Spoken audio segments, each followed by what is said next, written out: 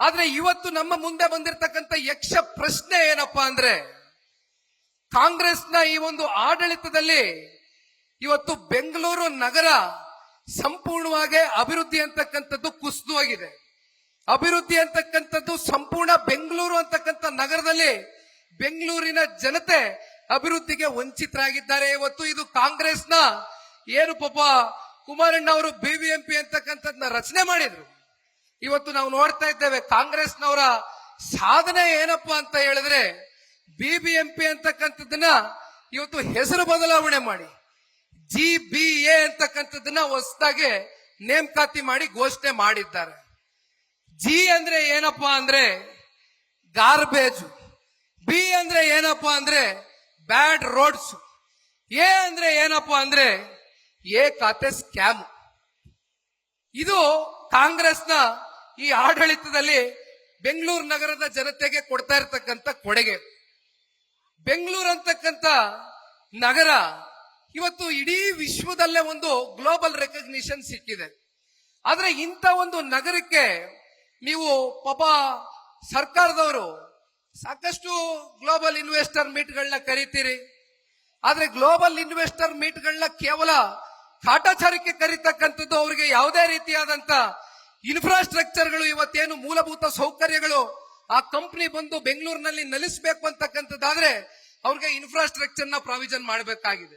ಆದ್ರೆ ಇಲ್ಲಿವರೆಗೂ ಈ ರಾಜ್ಯ ಸರ್ಕಾರ ಎಷ್ಟು ಹೊಸ ಹೊಸ ಕಂಪನಿಗಳನ್ನ ಇವತ್ತು ಕರೆತರ್ಲಿಕ್ಕಾಗಿದೆ ಅಂತಕ್ಕಂಥ ಯಕ್ಷ ಪ್ರಶ್ನೆ. ಅದೇ ನಮ್ಮ ಪಕ್ಕದ ಆಂಧ್ರ ಪ್ರದೇಶಿನ ರಾಜ್ಯ, ಅಲ್ಲಿ ಒಂದು ಹೊಸ ಪಾಲಿಸಿನ ತಗೊಂಡು ಬಂದಿದ್ದಾರೆ ಅಲ್ಲಿರ್ತಕ್ಕಂಥ ಸರ್ಕಾರ. ಪೈಸೆ ಲೆಕ್ಕಾಚಾರದಲ್ಲಿ ಭೂಮಿಯನ್ನ ಕೊಡ್ತೇವೆ, ಕಂಪನಿಗಳು ಬನ್ನಿ ಆಂಧ್ರ ಪ್ರದೇಶಕ್ಕೆ ಅಂತ ತುಂಬು ಹೃದಯದಿಂದ ಸ್ವಾಗತ ಮಾಡಿ ಕರೀತಾ ಇದ್ದಾರೆ. ಆದ್ರೆ ಪಾಪ ಇಲ್ಲಿ ಒಬ್ರು ಇದ್ದಾರೆ ಮಹಾನ್ ನಾಯಕರು, ಉಪಮುಖ್ಯಮಂತ್ರಿಗಳು, ಬೆಂಗಳೂರು ನಗರದ ಉಸ್ತುವಾರಿ ಮಂತ್ರಿಗಳು. ಇತ್ತೀಚಿನ ದಿನಗಳಲ್ಲಿ ಒಂದು ಘಟನೆ ನಡೀತು. ಬಹುಶಃ ಇಲ್ಲಿ ಮಾಧ್ಯಮದ ಸ್ನೇಹಿತರು ಕೂತಿದ್ದಾರೆ, ನಾನೊಂದು ಪತ್ರಿಕಾಗೋಷ್ಠಿಯನ್ನ ಕರೆದು ಆ ಘಟನೆ ಬಗ್ಗೆ ಸಂಪೂರ್ಣವಾಗಿ ವಿವರಿಸಿದ್ದೆ. ಏನಪ್ಪ ಆ ಘಟನೆ ಅಂದ್ರೆ, ಔಟರ್ ರಿಂಗ್ ರೋಡ್ ನಲ್ಲಿ ಬೆಂಗಳೂರಿಗೆ ದೊಡ್ಡ ದೊಡ್ಡ ಕಂಪನಿಗಳ ಕಡೆಯಿಂದ ಪ್ರತಿ ವರ್ಷವೂ ಕೂಡ ಸರ್ಕಾರಕ್ಕೆ ಒಂದು ತೆರಿಗೆ ಮೂಲದಲ್ಲಿ 800 ರಿಂದ 900 ಕೋಟಿ ರೂಪಾಯಿಯಷ್ಟು ಟ್ಯಾಕ್ಸ್ ಕಲೆಕ್ಷನ್ ಅನ್ನ ಮಾಡ್ತಾರೆ. ಆದ್ರೆ ಅಂತ ಒಂದು ದೊಡ್ಡ ಕಂಪನಿಗಳು ಇರ್ತಕ್ಕಂತ ಆ ಒಂದು ಜಾಗದಲ್ಲಿ, ಆ ಒಂದು ಔಟರ್ ರಿಂಗ್ ರೋಡ್ ಅಲ್ಲಿ ಒಬ್ಬ ದೊಡ್ಡ ಕಂಪನಿಯ ಸಿಇಒ ಒಂದು ಎಕ್ಸ್ ಖಾತೆನಲ್ಲಿ ಒಂದು ಟ್ವೀಟ್ ಅನ್ನ ಮಾಡ್ತಾರೆ. ಪ್ರತಿನಿತ್ಯ ನಮ್ಮ ಆಫೀಸ್ ನಲ್ಲಿ ಕೆಲಸ ಮಾಡ್ತಕ್ಕಂಥವ್ರು, ನಮ್ಮ ಕಂಪನಿನಲ್ಲಿ ಕೆಲಸ ಮಾಡ್ತಕ್ಕಂಥವ್ರು ಪ್ರತಿನಿತ್ಯ ಏನು ಮನೆಯಿಂದ ಆಫೀಸ್ಗೆ ಬರ್ತಾರೆ, ಆಫೀಸಿಂದ ಮನೆಗೆ ತೆರಳುತ್ತಾರೆ. ಇಲ್ಲಿ ರಸ್ತೆ ಯಾವುದು, ಅಥವಾ ಇಲ್ಲಿ ಚರಂಡಿ ಎಲ್ಲಿದೆ, ಅಥವಾ ಇಲ್ಲಿ ಯಾವ ರೀತಿ ನಾವು ಸಂಚರಿಸಬೇಕು ಅಂತಕ್ಕಂಥದ್ದು ಗೊತ್ತಾಗ್ತಾ ಇಲ್ಲ. ಸಿಕ್ಕಾಪಟ್ಟೆ ಧೂಳು ಎದ್ದೇಳ್ತದೆ. ಮಗಕ್ಕೆ ಕರ್ಚೀಫ್ ಕಟ್ಕೊಂಡು ಬಟ್ಟೆ ಕಟ್ಕೊಂಡು ನಮ್ಮ ಕಂಪ್ನಿಯವರು 2 ತಾಸು 2 ಗಂಟೆ ಇವತ್ತು ಪ್ರತಿನಿತ್ಯ ಮನೆಯಿಂದ ಆಫೀಸ್ಗೆ, ಆಫೀಸಿಂದ ಮನೆಗೆ ಸಂಚಾರ ಮಾಡತಕ್ಕಂತ ಪರಿಸ್ಥಿತಿ ಔಟರ್ ರಿಂಗ್ ರೋಡ್ ಅಲ್ಲಿ ನಿರ್ಮಾಣ ಆಗಿದೆ ಅಂತಕ್ಕಂಥ ಅಸಹಾಯಕದ ಮಾತುಗಳನ್ನ ಆ ಕಂಪನಿಯ ಒಬ್ಬ ಸಿಇಒ ಆಡದಂತ ಸಂದರ್ಭದಲ್ಲಿ ಈ ರಾಜ್ಯವನ್ನ, ಜೊತೆಯಲ್ಲಿ ಬೆಂಗಳೂರು ನಗರವನ್ನ ಪಾಪ ಪ್ರತಿನಿಧಿಸ್ತಾ ಇರ್ತಕ್ಕಂಥ ಉಸ್ತುವಾರಿ ಮಂತ್ರಿಗಳ ಕಡೆಯಿಂದ ನಾವೆಲ್ಲ ಏನ್ ಅಪೇಕ್ಷೆಯನ್ನ ಇಟ್ಕೊಳ್ಬೇಕಾಗಿತ್ತು ಅಂತ ಕಂಪನಿಯ ಒಂದು ಸಿಇಒಗೆ ಸೌಹಾರ್ದಿತ್ವ ಕರೆದು ಭೇಟಿ ಮಾಡಿ, ಅಟ್ಲೀಸ್ಟ್ ಕನಿಷ್ಠ ಪಕ್ಷ ನನಗೊಂದು ಸಮಯ ಅವಕಾಶ ಕೊಡಿ, ಮುಂದಿನ ದಿನಗಳಲ್ಲಿ ಇವೆಲ್ಲವನ್ನ ಸರಿಪಡಿಸ್ಕೊಡ್ತೇನೆ, ಮತ್ತೆ ಇನ್ ಯಾವುದೇ ರೀತಿ ನೀವು ದುಡುಕಿ ನಿರ್ಧಾರವನ್ನ ತಗೊಂಡ್ಬೇಡಿ, ನಮ್ಮ ಬೆಂಗಳೂರು ನಗರದಲ್ಲೇ ಇರಬೇಕು ಅಂತಕ್ಕಂಥ ಆತ್ಮವಿಶ್ವಾಸವನ್ನ ಮೂಡಿಸಬೇಕಾಗಿತ್ತು. ಅಥವಾ ಅವರ ಹೇಳಿಕೆ ಬಹುಶಃ ನ್ಯಾಷನಲ್ ಮೀಡಿಯಾಗಳೆಲ್ಲ ದೊಡ್ಡ ಚರ್ಚೆ ಆಯ್ತು.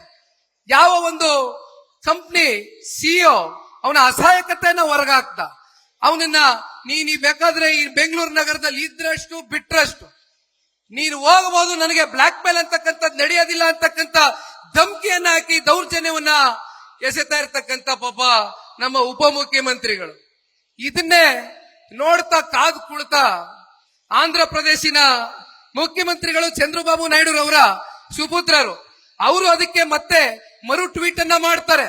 ಆ ಸಿಇಒ ಏನಿದ್ದಾರೆ, ಆ ಕಂಪನಿಯ ಸಿಇಒ, ಬನ್ನಿ ತುಂಬೃದಿನ ಸ್ವಾಗತ ಮಾಡ್ತೇವೆ, ಆಂಧ್ರ ಪ್ರದೇಶಕ್ಕೆ ಬನ್ನಿ, ನೀವು ಕೇಳಿದ ಇನ್ಫ್ರಾಸ್ಟ್ರಕ್ಚರ್ ಕೊಡ್ತೇವೆ, ನಿಮ್ಗೆ ಸಹಕಾರ ಕೊಡ್ತೇವೆ ಅಂತ ಹೇಳ್ತಾರೆ. ಅಂದ್ರೆ ನಮ್ಮ ಬೆಂಗಳೂರು ನಗರದ ಪರಿಸ್ಥಿತಿ ಎಲ್ಲಿಗೆ ತಗೊಂಡೋಗಿ ಒಡ್ಡಿದ್ದಾರೆ ಉಸ್ತುವಾರಿ ಮಂತ್ರಿಗಳು ಅಂತಕ್ಕಂಥದ್ನ ಆಲೋಚನೆ ಮಾಡಬೇಕು.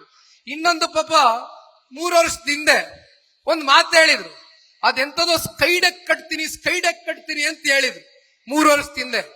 ಇಲ್ಲಿವರೆಗೂ ಆ ಪುಣ್ಯಾತ್ಮ ಒಂದು ಇಟ್ಕೆ ಕಟ್ಟಕ್ಕಾಗಿಲ್ಲ. ಸ್ಕೈಡೆಕ್ ಬಹಳ ದೂರದ ಮಾತು. ನಾನು ಕೇಳ್ತಕ್ಕಂಥದ್ದು ಉಪಮುಖ್ಯಮಂತ್ರಿಗಳಿಗೆ, ಉಸ್ತುವಾರಿ ಮಂತ್ರಿಗಳಿಗೆ, ಅಲ್ಲಣ್ಣ ಸ್ಕೈಡೆಕ್ ಕಟ್ಟಿ ಏನ್ ಪ್ರಯೋಜನ ಇದೆ? ಕೆಳಗಡೆ ಭೂಮಿ ಮೇಲೆ ಪ್ರತಿನಿತ್ಯ ಸಮಸ್ಯೆನ ಎದುರಿಸ್ತಾ ಇರ್ತಕ್ಕಂಥ ಈ ಪುಣ್ಯಾತ್ಮರು ಬೆಂಗಳೂರು ನಗರದ ನಾಗರಿಕರ ಸಮಸ್ಯೆನೇ ನೀನ್ ಆಲಿಸ್ತಕ್ಕಂಥದಕ್ಕಾಗ್ತಾ ಇಲ್ಲ. ಇನ್ನಲ್ಲೆಲ್ಲೋ ಆಕಾಶದಲ್ಲಿ ನಿಂತ್ಕೊಂಡು ಕಸದ ರಾಶಿಯನ್ನ ಗಮನಿಸೋದಕ್ಕೆ, ಅಥವಾ ಏನು ರಸ್ತೆಯಲ್ಲಿ ಇವತ್ತು ಗುಂಡಿಗಳು ಬಿದ್ದಿದೆ ಅದನ್ನ ನೋಡೋದಕ್ಕೆ ನಾವು ಸ್ಕೈಡೆಕ್ ಅನ್ನ ಕಟ್ಟಬೇಕಾ? ನೀವು ಯಾವ ಪುರುಷಾರ್ಥ ಕಟ್ಟಬೇಕಣ್ಣ ನೀನು ಸ್ಕೈಡೆಕ್? ಇವತ್ತು ಕಸದ ರಾಶಿ ಅಲ್ಲಿ ನಮ್ಮ ಮಂಡೂರು ಮತ್ತೆ ಬೆಳ್ಳಳ್ಳಿಯಲ್ಲಿ